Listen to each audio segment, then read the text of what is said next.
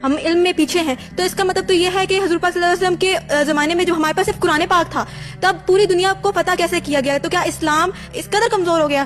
یہ بات یہ ہے کہ اسلام کمزور نہیں ہوا، مسلمان کمزور ہو گئے ہیں، اور مسلمانوں کو اپنی کمزوری کا ازالہ کرنا چاہیے۔ رسالت مآب صلی اللہ علیہ وسلم کے زمانے میں یہ ٹیکنالوجی نہیں تھی، یہ علم نہیں تھا، اس طرح طیارے آسمان سے بم نہیں برساتے تھے، اس وقت تیر تفنگی ہوتے تھے، 4 تلواریں آپ کے پاس ہیں۔ تعلیم تو اس وقت بہت کم تھی، آج کی نسبت اس وقت تعلیم بہت کم تھی، ایٹم بم نہیں تھا اس وقت، لیکن پھر بھی جہاد کیا گیا، پھر بھی پوری دنیا کو فتح کیا گیا۔ تو آج اسلام کو کیا ہو گیا؟ آج قرآن مجید کو کیا ہم ہدایت، جو دونوں جہانوں کے لیے ہدایت ہے، تو کیا ہم قرآن مجید کو ہم علم کے ساتھ کمپیئر نہیں کر رہے ہیں؟ ہم قرآن مجید کو صرف تعلیم سمجھ رہے ہیں اور دنیاوی تعلیم کو ہم سمجھ رہے ہیں کہ وہ اصل علم ہے۔ مجھے اجازت دیجیے کہ میں آپ کے سوال کا جواب دوں۔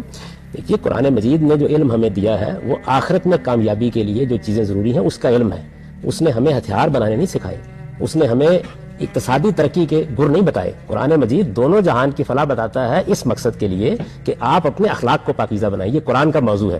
قرآن آپ کو چارپائی بنانے کا طریقہ بتانے کے لیے نہیں آیا، ایٹم بم بنانے کا طریقہ بتانے کے لیے نہیں آیا، اس کے لیے انسان کو عقل دی گئی ہے۔ مسلمان اس علم میں بہت پیچھے رہ گئے ہیں، وہ ٹیکنالوجی میں بہت پیچھے رہ گئے ہیں۔ کیا آپ اس وقت یہ اجازت دیں گی کہ جو اس وقت ہتھیار استعمال کیے گئے تھے، مسلمانوں نے ہتھیاروں کو اب بھی پکڑے اور پکڑ کر دنیا کو فتح کرنے کے لیے نکلا؟ یہ آپ نے بار بار دنیا کو فتح کرنے کا ذکر کیا، اس کا مطلب یہ ہے کہ اسلام گویا دنیا کو فتح کرنے کے لیے آیا ہے؟ نہیں، اسلام دلوں میں اترنے کے لیے آیا ہے۔ وہ اپنے استدلال سے دلوں کو مسخر کرتا ہے۔ اس وقت جو اقدامات کیے گئے تھے ان کی تفصیل آپ دیکھیے کیا ہے۔ رسالت مآب صلی اللہ علیہ وسلم پر اللہ تعالیٰ نے اپنا کلام اتارا، ایک پیغمبر کی حیثیت سے آپ نے اللہ کی حجت تمام کر دی، اس کے بعد لوگوں کو سزا دی گئی، وہ خدا کا فیصلہ تھا۔ ہمارے لیے جو قانون ہے وہ یہ ہے کہ ہمیں اپنی طاقت بھی میسر کرنی ہے، زمانے کا علم بھی حاصل کرنا ہے، اور اس کے بعد ظلم کے خلاف جنگ کرنی ہے۔ یہ بار بار فتح کا لفظ نہ استعمال کیجیے، یعنی ملک گیری کے لیے اور دولت لوٹنے کے لیے اور ملکوں کو تسخیر کرنے کے لیے جہاد نہیں کیا جاتا۔ جہاد اللہ کی راہ میں جنگ ہے، ظلم اور عدوان کے خلاف۔